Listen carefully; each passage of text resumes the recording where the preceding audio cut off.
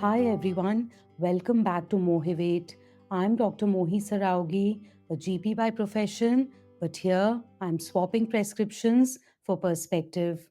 This week, according to Chinese tradition, we move into the year of the horse, a symbol of strength, stamina, and forward momentum. I've already seen some very enthusiastic longevity headlines about it. Banners, taglines, controlled fire, resilience protocols. The horses are apparently fully booked. I do admire the creativity. I enjoy astrology for its symbols. And yes, Saturn will be making an appearance in a future episode. But my primary loyalty stays with physiology. I do like a good symbol of calm, sustained energy, a steady ride, not a frantic sprint. So I pulled out a carpet last month that my maternal grandparents had gifted my parents almost 50 years ago. As a child, I loved it. Bright colors, velvet soft, covered in running horses. It only came out in winter when I was growing up, which made it feel even more special. Years ago, when I was looking for a carpet, my mother said, "You always loved this, you take it." And honestly, who says no to a good inheritance? It lived in my storage for half a decade. Then earlier this year, I finally brought it out again. Year of the horse coming in February or not? Why wait? I shared a picture with my sister after I put it up. Her entire response was one word: cute, which in our sibling language translates to "that is gloriously tacky, but I accept your choices." I've always loved objects that carry memory, things that quietly hold time, place, and feeling. Many years ago, I read a line by the acclaimed author Vikram Seth that stayed with me. He writes, "I sometimes seem to myself to wander around the world merely accumulating material for future nostalgia." I have always understood that as living the present moment with a certain awareness that one day this too will become a cherished memory. It's a beautiful way to experience life, I think. Gently attentive and fully human. But the human body works a little differently. If you're not careful, we can end up emotionally living only in the archive section of our lives. Nostalgia is lovely. Keep it, visit it, smile at it. Let it inform you, not control you. Feelings deserve reflection, but your daily health runs on what you practice consistently. And that is exactly why this felt like the right time to begin a small series on metabolic health. Today, we start with the foundation: understanding metabolism, your body's steady energy system. And a quick note before we begin: I'm preparing a separate deep dive episode on the history and origins of metabolism for those who enjoy the scientific roots behind what we discuss here. Sometimes in science, going back to the origins of an idea helps us ask better questions and find clearer direction again. It will be released on a separate day from the usual Thursday episode, and I'll share the date in advance. So if you've been feeling low, stuck, or frustrated with your health or energy lately, take this as a hopeful reminder.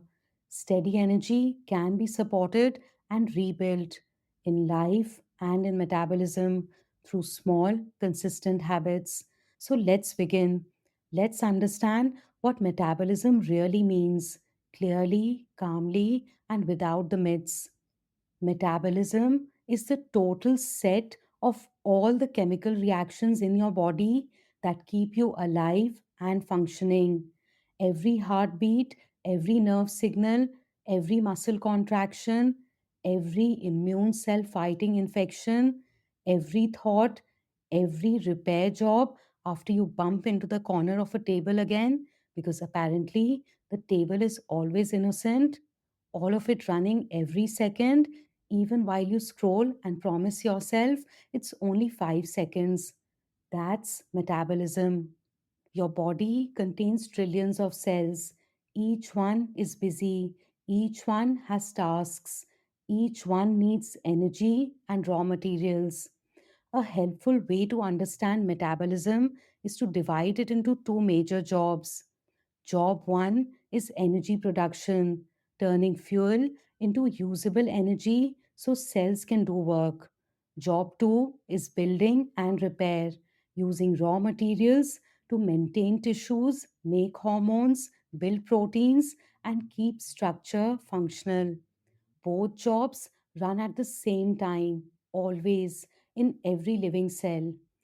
Let's start with energy production because everything else depends on it. Your body runs on a molecule called ATP. Think of ATP as cellular currency. Every useful action inside a cell has a price tag, and ATP is how the bill gets paid. Muscle contraction runs on ATP, nerve signaling runs on ATP, protein building uses ATP. Making ATP requires fuel, and for the most efficient pathways, oxygen. Most ATP production happens inside tiny cell structures called mitochondria. You'll often hear mitochondria described as microscopic power plants, and for once, the nickname is accurate. They take processed fuel and convert it into usable energy. You carry around trillions of these power plants. No electricity bill arrives. You're welcome. So, where does the fuel come from?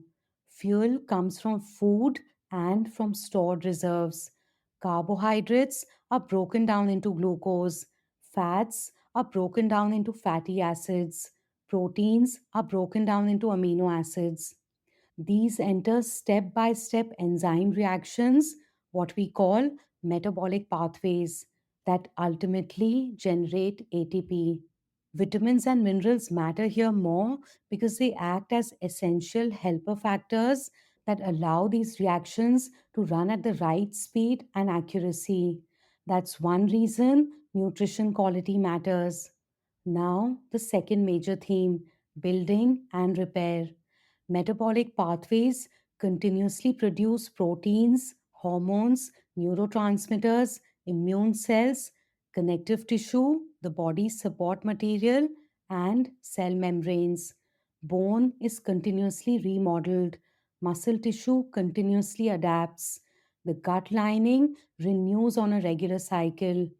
Brain connections rewire with learning and experience. This is construction work happening all the time and it requires energy. You're not a finished product, you're a long term renovation project with ongoing upgrades, occasional chaos, and sometimes missing screws. So, metabolism includes both energy production and biological rebuilding running continuously in parallel. Now that we understand what metabolism is doing, the next useful question is how the body chooses which fuel to use at any given moment. A helpful picture here is a hybrid car. A hybrid car can run on petrol or diesel, and it can also run on stored electrical energy from its battery. Its control system chooses the fuel source based on availability and power demand. It can switch fuels or blend them depending on speed, load, and efficiency needs. The human body uses a similar multi fuel system. The two main energy fuels used by the body are glucose and fat. Think of these as sugar fuel and fat fuel. Glucose comes largely from carbohydrates in food and from stored carbohydrate in the liver and muscles called glycogen. Fat used for energy comes from dietary fat and from stored body fat, mainly stored as triglycerides in the fatty or adipose tissue. Inside cells, mitochondria, the microscopic power plants, process these fuels and convert their energy into ATP, the usable energy cells spend to do work. Fuel choice shifts across the day in predictable ways. After meals, when glucose from food is circulating, many cells increase glucose use. That is one reason a short walk after meals improves glucose handling, muscles actively taking it up. Between meals and overnight, fat use increases. During high intensity activity, glucose use rises because it supplies energy quickly. During lower intensity activity, fat contributes more. And this is regulated physiology. Hormones coordinate much of this fuel section, especially insulin and stress hormones, along with signals from the brain and nerves and how much energy each tissue needs. When this switching system works smoothly, energy delivery remains steady. The ability to shift between fuels efficiently is called metabolic flexibility. It is a central feature of good metabolic health. When fuel switching becomes less efficient, commonly in insulin resistance, energy becomes less steady, hunger signals intensify, and stored fuel becomes harder to access. In practical terms, metabolism works as a flexible fuel selection and energy conversion system inside your cells all day, every day. Now, let's bring this closer to everyday language because this is where most confusion begins. In daily conversation, people often use the word metabolism as shorthand for how easily someone gains or loses weight. That's understandable. Body weight is visible. ATP production is less visible at dinner parties. But weight regulation is only one output of metabolism. Metabolism also influences energy levels, blood sugar control, tissue repair, hormone production, immune function, brain chemistry, and temperature regulation. It is running far more processes than the number on a scale. Body weight changes sit on top of a much larger system. Energy balance in the body depends on several moving parts. How much energy comes in through food, how much energy is used at rest, how much is used in movement, how hormones direct storage and release, how the brain regulates appetite, how much muscle tissue is present, sleep quality, stress load, genetic influences, and sometimes medication and illness. That is a long list, and that is exactly the point. Weight management is often challenging because it sits inside a complex regulatory network. This also explains why different dietary approaches work for different people, why buzzwords come and go, and why no single eating pattern fits everybody. Metabolism is a system, not a personality trait. Culturally, though, we've turned it into one. Let me translate how the word metabolism is often used in the wild. Thin, great metabolism. Weight gain, bad metabolism. Fast metabolism, lucky. Slow metabolism, doomed. Weight plateau, metabolism, broken. Dessert, metabolism, ruined. Detox week, metabolism, repaired. At this point, metabolism deserves legal representation because most of that is not medically accurate. Body size alone does not reliably tell us how well someone's metabolism is functioning. A person can be thin and insulin resistant. A person can live in a larger body and show stable metabolic markers. Someone with normal weight can have poor glucose control. Someone with higher muscle mass is often metabolically strong. Metabolic health describes how well the body uses fuel and energy, not how the body looks in clothing sizes. Let's also address a phrase people use frequently: damaged metabolism, often after repeated dieting or weight cycling. A helpful picture here is a fireplace. If you feed a fireplace steadily, it burns steadily.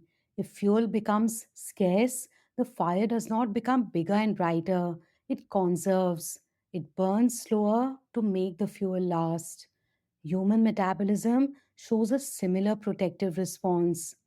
When energy intake drops sharply for long periods, the body adjusts. Energy expenditure can decrease, hunger signals rise, efficiency increases, the system shifts into conservation mode. This is survival physiology. Your metabolism is not stubborn, it is loyal to your survival. Understanding this changes strategy. Sustainable approaches work better than extreme swings because metabolic regulation responds to consistent signals over time. Physiology deserves respect and strategy. Now, let's talk about where daily energy actually goes because this surprises many people. Total daily energy use has three main components. First is basal metabolic rate, second is physical activity, third is the thermic effect of food. Let's take them one by one. Basal metabolic rate or BMR is the energy your body uses just to stay alive at rest. Breathing, circulation, temperature control, brain activity, and cellular maintenance. Even when you're doing nothing visible, internal work is still running. For many people, this is the largest share of daily energy use. Your organs are metabolically expensive. Your brain and liver, in particular, are energetic overachievers.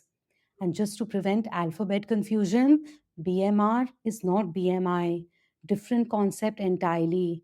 One measures energy use, the other estimates body size from height and weight and tends to start debates at family gatherings. Second is physical activity, structured exercise, and general movement across the day. Walking, standing, lifting weights, chores, posture changes, climbing stairs, carrying bags, pacing while on the phone, and yes, fidgeting. Fidgeting is scientifically useful and socially negotiable. All movement counts. Small movements add up more than people expect. Third is the thermic effect of food, the energy required to digest, absorb, and process nutrients. Eating triggers metabolic work. Your body spends energy to process the fuel you just ate. Protein requires more processing energy than carbohydrate or fat. That's one reason protein tends to be more filling and metabolically supportive. So, yes, even digestion costs energy. Congratulations, your metabolism includes a small service charge. Muscle tissue also influences resting energy use. Muscle is metabolically active tissue, and maintaining it requires energy. More muscle generally means slightly higher resting expenditure, which is one reason strength and resistance training are metabolically protective. Age, hormone status, sleep quality, chronic stress exposure, and genetics also influence energy use patterns. This brings up a very common clinic conversation. My friend eats everything and stays slim. I gain weight by looking at a biscuit. First, I believe you about the biscuit. Biscuits are metabolically persuasive. Second, real biological variation exists between people in muscle mass, daily movement, genetics, appetite signaling, hormone responses, and adaptive energy regulation. Small differences repeated daily become large differences over time. Biology is very fond of compounding. Metabolism is also adaptive, and this matters. When energy intake stays low for prolonged periods, the body conserves. You've already heard the fireplace picture. Steady fuel supports a steady burn, low fuel triggers protection. This is survival physiology. The body is defending stability, not trying to block your progress. That's why repeated crash dieting often leads to fatigue, stronger hunger signals, and easier weight regain. Aggressive swings send threat signals. Consistency is the signal metabolism responds to best. And this brings us to metabolic health as a whole. Metabolic health describes how well this entire system runs, how effectively the body manages fuel, storage, repair, and regulation. Markers of good metabolic health include stable blood glucose, a healthy insulin response, balanced blood lipids, appropriate fat distribution, flexible fuel access between meals, energy regulation, and low levels of chronic inflammatory strain. These patterns link strongly with risk for conditions such as type 2 diabetes, cardiovascular disease, fatty liver disease, metabolic syndrome, and polycystic ovarian syndrome, along with several other common metabolic disorders. And on Motivate, we are going to explore these with a different lens. They also influence day to day outcomes people feel more immediately: energy stability, cognitive clarity, fertility signaling, immune resilience, and aspects of aging biology. The body is integrated, all departments communicate. Sometimes they send very strong worded memos. Throughout this series, we'll unpack these systems step by step: conditions, mechanisms, and practical management in a way that stays grounded and usable. One principle will keep appearing again and again: adaptation is built into biology. Understanding regulation is empowering, but growth still requires participation. Systems change when signals change. Signals change when habits change. This is also why I've already built the Hormone Foundation episodes for you, covering cortisol, dopamine, serotonin, oxytocin, and endorphins, what I called the hormone symphony, because metabolic regulation never happens in isolation. Energy regulation, stress chemistry, motivation, and mood are deeply connected.